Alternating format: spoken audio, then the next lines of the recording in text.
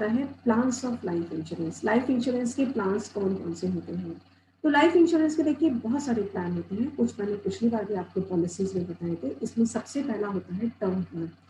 Term plan का मतलब ये होता है बिल्कुल जो कि नॉन लाइफ इंश्योरेंस की तरह होता है, और इसमें हम एक प्रीमियम भरते हैं, और प्रीमियम भरने के बाद अगर हमारा उतने टाइम में वो रिस्क कवर होता है तो हमें इंश्योरेंस का मनी मिलता है, अदरवाइज हमें इंश्योरेंस का मनी नहीं मिलता है। सपोज कीजिए मैंने टर्म प्लान लिया 1 साल का, अगर उस 1 साल में मेरी मौत हो गई तो मुझे वो बीमे की रकम मिलेगी, और अगर मेरी मौत उस 1 साल में नहीं होती तो मुझे एक भी रुपया नहीं मिलेगा। इसी तरह मैंने कोई टर्म प्लान 3 साल का लिया या 5 साल का लिया, तो अगर उस 5 साल में मेरी मौत नहीं होती है तो मैं कितना भी प्रीमियम भरूंगी, मेरे को कोई भी मनी वापस नहीं मिलेगा।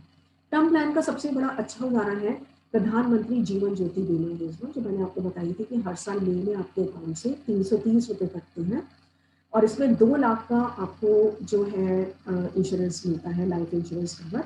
अगर आपकी उस साल में मृत्यु नहीं होती है तो ये 330 रुपये जो है इंश्योरेंस कंपनी अपने पास रख लेती है, और अगर आपकी उस साल में मृत्यु हो जाती है तो आपको 2 लाख रुपए आपकी फैमिली को ये प्रदान कर दिए जाते हैं। ये टर्म प्लान का सबसे अच्छा एग्जाम्पल है।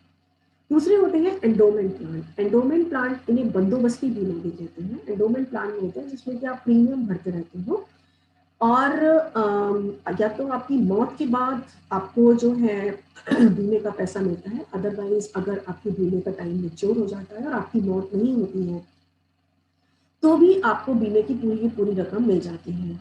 अब ये बहुत तरह के होते हैं कि आप जो है कौन सा वाला एंडोमेंट प्लान लेना चाहते हो, 10 साल का, 20 साल का, 30 साल का, आप किस तरीके का एंडोमेंट प्लान लेना पसंद करोगे। तो एंडोमेंट प्लान में पैसा आपको उस समय मिलेगा जबकि या तो आपका वो रिस्क हो जाए, यानी कि आपकी मौत हो जाए, या फिर आपका बीमे का वो टाइम कवर पूरा हो जाए। सपोज आपने एंडोमेंट प्लान 20 साल का लिया है, तो 20 साल अगर पूरे हो जाते हैं तो उसके बाद कंपनी आपका सारा पैसा आपको वापस कर देती है। इसी तरह आते हैं whole life plan. Whole life plan का मतलब है सारी जिंदगी का बीमा। सारी जिंदगी का बीमे का मतलब है कि आपकी जब तक मौत नहीं होती तब तक आपका ये बीमा चलता रहता है। इसमें भी कई तरह की पॉलिसी आती है। एक तो वो जिसमें कि आपको लगातार तब तक प्रीमियम भरना पड़ता है जब तक कि आपकी मौत नहीं होती, तो ये उन लोगों के लिए बहुत नुकसानदायक होता है जिनकी एज बहुत लंबी होती है, और एक एज के बाद उनकी कमाने की कैपेसिटी या तो कम हो जाती है या खत्म हो जाती है, तब प्रीमियम भरना बड़ा भारी हो जाता है। होल लाइफ प्लान में वहाँ लिमिटेड प्रीमियम वाली पॉलिसीज भी आती है कि आप 20 साल तक भरोगे, 30 साल तक भरोगे, और आपको कवर आपकी पूरी होल लाइफ तक मिलता रहेगा।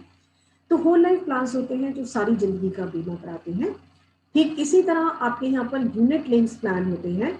यूनिट लिंक प्लान वो होते हैं जो कि बाजार में यूनिट से लिंक होते हैं, और आपका मनी जो है वो इक्विटीज में निवेश कर दिया जाता है, और जो भी इक्विटीज में आपको बोनस मिलता है वो व्यक्ति को जब उसका ये प्लान मेच्योर हो जाता है और ये मेच्योर हो जाती है पॉलिसी तो उसको दे दिया जाता है। तो या तो आपकी मौत हो जाएगी तो आपकी उसी वक्त जो है प्रीमियम की राशि रुक जाएगी, और आपकी फैमिली को पूरा का पूरा जो है आपका इंश्योरेंस का मनी वापस कर दिया जाएगा। और अगर आपकी मौत नहीं होती है तो ये कंपनी मेच्योरिटी हो जाने के बाद आपको पूरी आपकी बीमा की रकम जो भी आपने प्रीमियम के रूप में उसे दी है प्लस आपका बोनस, ये दोनों की दोनों चीजें आपको जो है वो वापस कर देगी। ये यूनिट लिंक इंश्योरेंस प्लान होते हैं।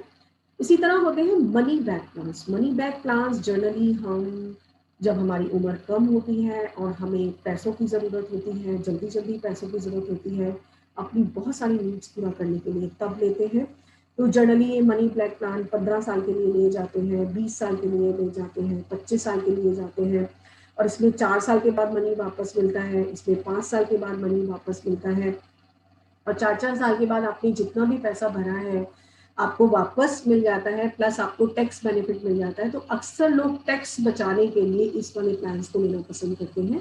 प्लस छोटी एज में जब उनकी ज़रूरतें ज़्यादा होती है तो उनको लगता है कि जैसे ही मुझे एक लमसम मनी की ज़रूरत पड़ेगी तो अभी तो मैं ये प्लान इसलिए ले रहा हूँ, ये मेरा टैक्स बच जाएगा, बाद में मुझे मनी बैक हो जाएगा तो मैं अपनी ज़रूरत को भी पूरा कर पाऊंगी। तो these are called money back plans. ये वो लोग भी लेते हैं जिनकी इनकम कैपेसिटी कम होती है बट वो इंश्योरेंस लेना चाहते हैं। तो उनको लगता है कि एक बार हमने 4 साल किसी तरह प्रीमियम पे कर दिया तो बाद में जो ये 4 साल के बाद राशि हमें मिलेगी, अगली बार हम इसी राशि से प्रीमियम को पे करते रहेंगे और हमारा लाइफ इंश्योरेंस चलता रहेगा और हमारी फैमिली भी कवर रहेगी। तो मनी बैक प्लान्स भी होते हैं। इसी तरह लाइफ इंश्योरेंस में चिल्ड्रन प्लान भी होते हैं। चिल्ड्रन प्लान भी हम कई तरह के लेते हैं, जैसे कि बच्चों की एजुकेशन के लिए लेते हैं, बच्चों की मैरिज के लिए लेते हैं। तो चिल्ड्रन प्लान भी बहुत तरह की, आपका पर्पस क्या है, आप बच्चों की एजुकेशन के लिए प्लान लेना चाहते हो तो आप प्लान बनाओगे कि 18 साल के बाद जब मेरे बच्चे हायर एजुकेशन में जाएंगे तो मुझे इनकी हायर एजुकेशन के लिए इतने पैसे की जरूरत पड़ेगी, तो मैं ये वाला प्लान लूँगी। तो मेरी जब पॉलिसी मैच्योर होकर आएगी तो मुझे इतना मनी मिल जाएगा, या 25 साल की उम्र में मैं अपनी बेटी की मैरिज करूंगी या बेटे की मैरिज करूंगी, तब मुझे इतना मनी चाहिए होगा। तो जब ये पॉलिसी मैच्योर होगी तो ये रेडी मनी मेरे पास बच्चे की मैरिज के लिए अवेलेबल हो जाएगा। तो बहुत सारे चिल्ड्रन प्लान भी होते हैं। इसी तरह बहुत सारे रिटायरमेंट प्लान भी होते हैं। रिटायरमेंट प्लान में 2 तरह के प्लान होते हैं। एक तो वो कि जैसे ही आप रिटायर होते हैं आपको एक साथ पैसा मिल जाता है, फिर आप इस मनी को इन्वेस्ट कर देते हैं। दूसरे एन्युटी वाले प्लान होते हैं। एन्युटी का मतलब होता है कि आपको हर साल मनी मिल जाएगा, या तिमाही मनी मिल जाएगा, या 6 महीने के बाद मनी मिल जाएगा। तो बहुत सारे रिटायरमेंट प्लान भी होते हैं। ये सारे प्लान्स मैं आपको बताऊंगी, जिस समय अगले लेक्चर्स में मैं आपको लाइफ इंश्योरेंस कॉर्पोरेशन को खोलकर दिखाऊंगी। तो पूरे प्लान्स में आपको ये बताऊंगी कि कौन कौन से प्लान्स अवेलेबल हैं। अब जो क्वेश्चन किसी भी इन्वेस्टर के मन में आता है लाइफ इंश्योरेंस लेते हुए कि इन सब में कौन सी पॉलिसी बेस्ट है और हमें कौन सी पॉलिसी लेनी चाहिए, इसके बारे में कोई भी एक सटीक आंसर इसलिए नहीं दिया जा सकता क्योंकि हर व्यक्ति की नीड अलग अलग है। आप ये देखिए कि आपकी नीड क्या है, आपका पर्पस क्या है इंश्योरेंस लेने का। सिर्फ अपने रिस्क को प्रोटेक्ट करना, आपको इन्वेस्टमेंट भी चाहिए, क्या अगर आपको जो है बच्चों की कोई नीड पूरी करनी है, तो अगर आप सिर्फ रिस्क पूरा करना चाहते हो तो टर्म प्लान अच्छा है। अगर आप चाहते हो कि रिस्क भी मेरा कवर हो जाए लेकिन साथ साथ जो है मुझे ये इन्वेस्टमेंट मनी के रूप में भी काम करे, तो आपके लिए एंडोमेंट प्लान अच्छा है। अगर आप जो है साथ साथ में प्रॉफिट भी चाहते हो कि आपको बाद में अपनी प्रीमियम की राशि तो वापस मिले ही, प्लस आपको कुछ प्रॉफिट भी मिल जाए, तो आपके लिए ये वाला प्लान अच्छा है। अगर आप चाहते हो कि आपकी मनी इनकम बहुत कम है और आप बार बार प्रीमियम नहीं भर सकते, केवल शुरुआती भर के आप कवर भी लेना चाहते हो, तो आपके लिए मनी बैक प्लान बहुत अच्छा है। तो ऐसे बहुत सारे प्लान्स हैं जो कि हमारे लिए बहुत अच्छे हैं और बहुत अच्छे उसमें कवर होते हैं। इसी तरह चिल्ड्रन प्लान है। तो कौन सी पॉलिसी अच्छी है, ये हर व्यक्ति की चूंकि नीड अलग अलग है तो डिपेंड करता है कि उसकी नीड कितनी है। दूसरा इस बात पर निर्भर करता है कि वो कितनी प्रीमियम की राशि भर सकता है, आपकी इनकम कितनी है, आप कितनी प्रीमियम की राशि भर सकते हो, तो इस पर भी डिपेंड करेगा कि आप जो है कितना ये पे कर सकते हो। तो this is also very important.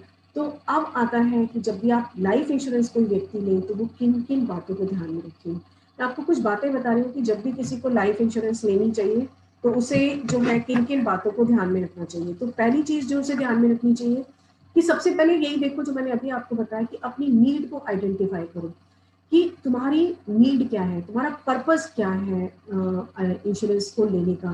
केवल तभी उसके बाद कोई भी पॉलिसी बाई करो।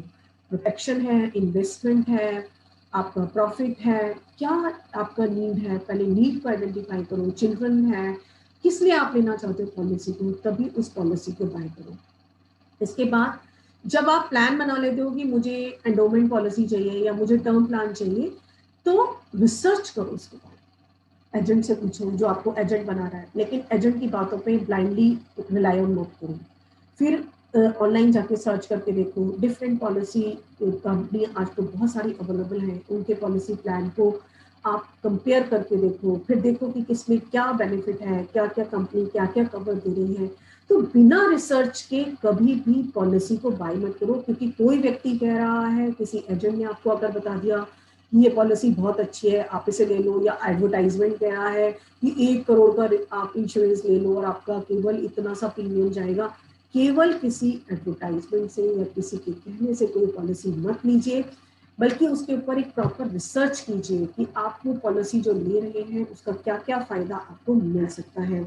इसके बाद जो है सारे टर्म्स और कंडीशन पढ़िए बाई करने से पहले पॉलिसी को, कि किसी भी पॉलिसी को बाई करने से पहले सारे टर्म्स एंड कंडीशन पढ़ लो, उसी के बाद पॉलिसी लो। बिना टर्म कंडीशन को पढ़े कोई पॉलिसी मत लो, केवल एजेंट के बताने से कोई पॉलिसी मत लीजिए। उसके बाद राइडर्स को देखिए। राइडर्स का मतलब कि बहुत सारी पॉलिसी बहुत सारे रिस्क कवर करती है।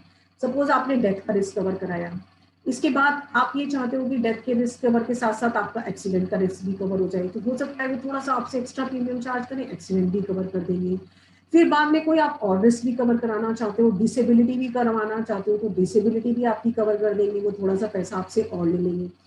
तो ये बहुत सारी चीजें हैं जो आप इससे कवर कर सकते हो। दूसरा, आइडेंट टेन्योर पॉलिसी का, ये देखो कि आपको पॉलिसी किसके लिए लेनी चाहिए। तो उसका एक थंब रूल ये है कि आपकी रिटायरमेंट की एज क्या है। मान लीजिए आप मान रहे हो रिटायरमेंट एज 60 है और आप पॉलिसी जो है 35 ईयर्स की एज में ले रहे हो, तो रिटायरमेंट एज को करंट एज से माइनस कर लो। इसका मतलब है कि पॉलिसी आपको 25 ईयर्स के लिए लेनी चाहिए। तो इसका एक थंब रूल है कि जब लोग ये पूछते हैं कि मुझे पॉलिसी कितने साल के लिए लेनी चाहिए, तो जो भी आप अपनी रिटायरमेंट एज मानकर चल रहे हो, जब आपकी इनकम अर्निंग कैपेसिटी खत्म हो जाएगी या आप प्रीमियम भरने के लायक नहीं रहोगे, उसको रिटायरमेंट एज मानते हुए उससे करंट एज को माइनस करके आप अपना आइडल टेन्योर निकाल सकते हो। इसके बाद पॉलिसी को ब्लॉक्स में खरीदो। ब्लॉक्स का मतलब है कि थोड़ी थोड़ी पॉलिसी खरीदो, एक साथ 1 करोड़ की पॉलिसी नहीं खरीदनी है, बल्कि आप ये खरीदो कि आप छोटी छोटी पॉलिसी खरीदो, 20-20 लाख की, 10-10 लाख की, जिससे कि एक तो ये होगा कि अगर कभी आपको किसी पॉलिसी का प्रीमियम आप नहीं भी भर पाते हो या कोई प्रॉब्लम हो जाती है, तो किसी पॉलिसी को आप बीच में ब्रेक कर पाओ। दूसरा, अपनी नीड्स को जो है रिव्यू करते रहो, लगातार देखते रहो कि आपको क्या जरूरत है। अच्छा, आपने पहले जरूरत था आपको मनी बैक, अब मनी बैक वाली प्रॉब्लम तो आपकी दूर हो गई, अब आप आराम से प्रीमियम भर सकते हो, आपकी इनकम भर गई, तो अब आप इंडोमेंट पॉलिसी ले सकते हो। तो नेक्स्ट पॉलिसी आप इंडोमेंट ले लो। इंडोमेंट वाली बनी तो लगा नहीं, अब तो बच्चे बड़े हो रहे हैं, बच्चों के एजुकेशन के लिए फाइनेंस चाहिए, तो इंडोमेंट के साथ मुझे चिल्ड्रन प्लान भी चाहिए। फिर बच्चे और बड़े हो रहे हैं, आपको लग रहा है नहीं चिल्ड्रन का भी हो जाएगा, बच्चे भी हो जाएंगे, मेरे को रिटायरमेंट के टाइम पैसा चाहिए होगा, तो आप रिटायरमेंट वाली पॉलिसी लो। तो समय समय पर अपनी नीड्स को लगातार रिव्यू करते रहो और उसके हिसाब से पॉलिसी लो। और जो भी पॉलिसी लो वो एक साथ एक पॉलिसी मत लो, बल्कि कई पॉलिसी लो और छोटे छोटे अमाउंट की पॉलिसी लो, ताकि अगर किसी पॉलिसी में कोई प्रॉब्लम आए तो नेक्स्ट पॉलिसी से आपका वो कवर हो जाए। दूसरा, जब भी आप कोई पॉलिसी लेते हो तो अक्सर लोग ये गलती करते हैं कि अपने फैमिली मेंबर्स को नहीं बताते। अपने फैमिली मेंबर्स को जरूर बताइए कि आपने ये पॉलिसी ली है, इसके डॉक्यूमेंट यहाँ पर रखे हुए, ताकि आपको कभी कुछ हो सकता है, क्योंकि पॉलिसी तो आपने ली ही अपनी फैमिली के लिए है। अगर आपकी डेथ हो जाएगी, उन्हें यही नहीं पता कि आपने उनके लिए कोई पॉलिसी ली भी थी और उसका डॉक्यूमेंट कहाँ पड़ा है, तो वो कैसे क्लेम करेंगे। अक्सर लोग ये गलती करते हैं कि पॉलिसी लेते हैं लेकिन परिवार वालों को नहीं बताते, और यहाँ पर LIC के पास एक बहुत बड़ा अमाउंट ऐसा पड़ा हुआ है जो कि आज भी अनक्लेम्ड है। तो हमेशा ये गलती कभी मत कीजिए, अपने फैमिली मेंबर्स को जरूर बताइए कि आपने वो पॉलिसी कहाँ से ली है और वो पॉलिसी कहाँ पर पड़ी है। इसके बाद कभी भी इंश्योरेंस कंपनी को फॉल्स इंफॉर्मेशन मत दीजिए।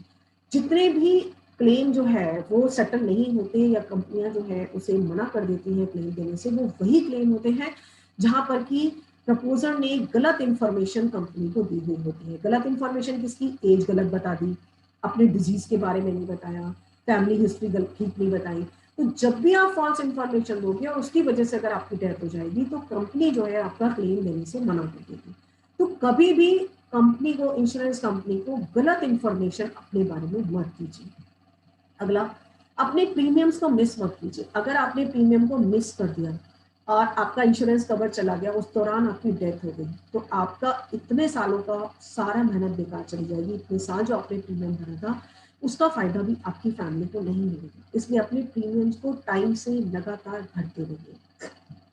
अगली चीज जो है, कभी भी लो सम इंश्योर्ड पर मत जाइए। कोशिश कीजिए कि इतना नहीं कि बस 50,000 का ले लिया, लाख का ले लिया, इतना कवर अपनी फैमिली को जरूर देके जाइए कि वो आराम से आपके बिना भी गुजारा कर पाए। तो कोशिश कीजिए कि आप जितना मैक्सिमम कवर ले सकते हैं उतना आप ले लें। लेकिन ये सारी बातें अगर आप ध्यान में रखेंगे तो अगर आप उसके बाद लाइफ इंश्योरेंस लेते हैं तो फिर आपको कोई भी प्रॉब्लम नहीं आएगी।